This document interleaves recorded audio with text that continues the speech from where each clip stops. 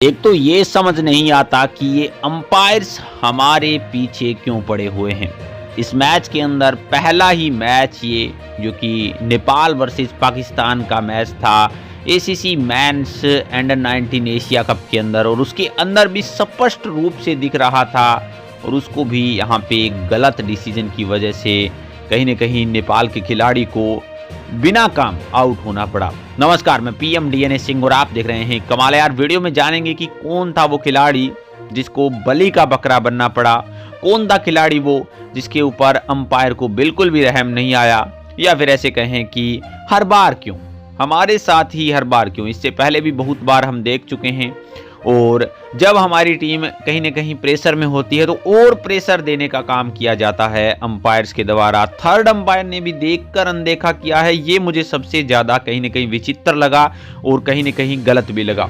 दोस्तों क्या हुआ था ऐसा, वही जानेंगे, तो वीडियो के अंत तक बने रहिए। और अगर आप चैनल पर नए हों तो चैनल को सब्सक्राइब करके बेल आइकन दबा लीजिए ताकि आपको फुल अपडेट भी सबसे पहले मिल सके। चलिए वीडियो को शुरू करते हैं। दोस्तों मैं आपको बता दूं कि वैसे टीम में जो नेपाल है वो बहुत ज़्यादा प्रेशर के अंदर खेल रही थी। उन्होंने अपने पहले जो विकेट्स हैं वो जल्दी जल्दी गवा दिए थे, चाहे वो देव खनाल हो, चाहे फिर वो अर्जुन खुमाल हो, तिलक भंडारी, मतलब अच्छे अच्छे विकेट यहाँ पे चले जा चुके थे। गुलशन जा जैसे जिनको यहाँ पे पूरी उम्मीद के साथ लाया गया था कि इस यहाँ पे अंडर 19 के अंदर उनकी एज कम है और वो नेशनल खेले हुए हैं, ये सारे विकेट जा चुके थे। उस समय एक यहाँ पे पार्टनरशिप की ज़रूरत थी।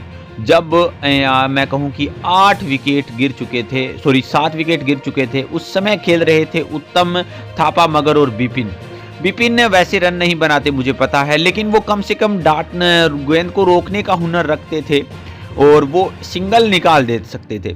उधर उत्तम थापा मगर एक अच्छी यहाँ पे बैटिंग कर रहे थे, तो हम कह सकते हैं कि पार्टनरशिप बन सकती थी, लेकिन ऐसा नहीं होने दिया। जब यहाँ पे उत्तम ने एक गेंद खेलने की प्रयास करी, वो क्लीन बोल्ड हो गए, अंपायर ने आउट दे दिया। चलिए अंपायर को पता नहीं चला, अंपायर सस्पेंड थे। उन्होंने बाद में यहाँ पे थर्ड अंपायर को कॉल की कि आप देखिए ये नो बॉल है या फिर नहीं। एक एंगल से मुझे भी पता लग रहा था कि ये नो बॉल हो भी सकता और नहीं भी हो सकता। उसके बाद यहाँ पे जब दूसरे एंगल से देखा गया तो जो पैर था वो यहाँ पे पहले तो सही यहाँ पे टिक रहा था, लेकिन गेंद थ्रो होने से पहले, जब गेंद बॉलर फेंकता है उससे पहले ये पैर आगे खिसकर कम से कम 4 अंगुल या फिर ऐसे कहें कि 2 इंच आगे जा चुका था।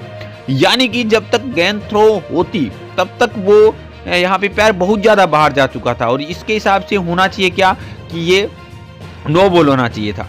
लेकिन इसके बावजूद 3-4 बार ट्राई किया गया इसको चेक करने को, जबकि स्पष्ट रूप से दिख रहा था हाँ पहले अंदर टिका था पिच के, लेकिन फिसलकर यहाँ पे पैर बाहर चला गया जब तक कि गेंद निकली ही नहीं। मैं तो कहूँ कि जो हाथ का राउंड है वो भी पूरा नहीं हुआ था, ऐसे नहीं था कि भी गेंद निकलने वाली थी।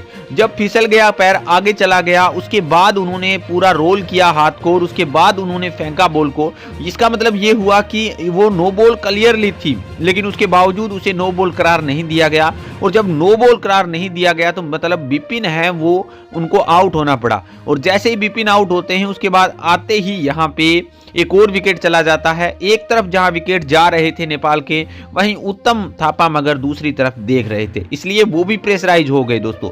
और जब एक अंडर द प्रेशर खेलेगा तो आप सोच सकते हैं कि उनको भी आउट होना पड़ेगा, और उसी का नतीजा ये रहा कि वो भी आउट हो गए। तो मैं कहूंगा कि हर बार नेपाल के साथ ये ऐसा क्यों होता है, क्या आप यही मानते हैं? अपने विचार कमेंट सेक्शन में जरूर लिखिए। चलिए आज के लिए इतना रखते हैं, कोई नया अपडेट मिलता है फिर आपके सामने हाजिर हूं। तो वीडियो को लाइक कीजिए, शेयर कीजिए, और अगर आप चैनल पर नए हो चैनल को सब्सक्राइब करके बेल आइकन दबा लीजिए ताकि आपको अपडेट भी सबसे पहले मिल सके।